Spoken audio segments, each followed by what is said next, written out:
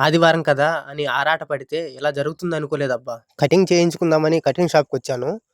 నా మనసు అయితే ఎలా విశాలంగా ఉంటుందో, అలానే ఈ షాప్ కూడా విశాలంగానే ఉంది. అంటే షాప్ ఉంది గానీ, షాపు బ్రదర్ లేడు. సరేలే అద్దం ఖాళీగానే ఉంది గదా! అని అద్దం ముందు నించొని ఉంటే, అద్దంలో ఎవరో నాలానే ఉన్నాడు. ఆదివారం కదా! మనకి అడ్డొచ్చేది ఎవరులే అని ఇక్కడ ఖాళీగున్న సింహాసనంలో కూర్చున్నాను. సారీ ఇక్కడ ఖాళీగున్న చైర్‌లో కూర్చున్నాను. మనది కాదు గానీ అబ్బా! బానే మెత్తగానే ఉంది. ఖాళీ సమయంలో మంచి పాట పాడతా వినండి. ఆడుతూ పాడుతూ కూర్చుంటుంటే అలుపు సొలుపేమున్నది, అందరూ కలిసి లైకులు కొడితే తప్పేమున్నది.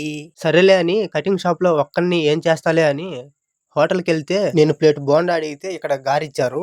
సరేలే అని పాపంలే అని తినేశాను. సరేలే అని సరదాగా మళ్ళీ కటింగ్ షాప్‌కొస్తే ఇక్కడ కటింగ్ షాప్ అన్న ఇంకా రాలేదు. ఇక మనం ఆయన లేకుండా చేయగలిగేది ఏముంది? పాపంలే పిల్లోడులే అని మనం చేయగలిగింది ఏది లేక సైలెంట్ గా సైడ్ అయిపోయాము. లైక్ అండ్ షేర్ ఫాలో చేయండి. మన ఛానల్ ని సబ్స్క్రైబ్ చేసుకోండి అబ్బా.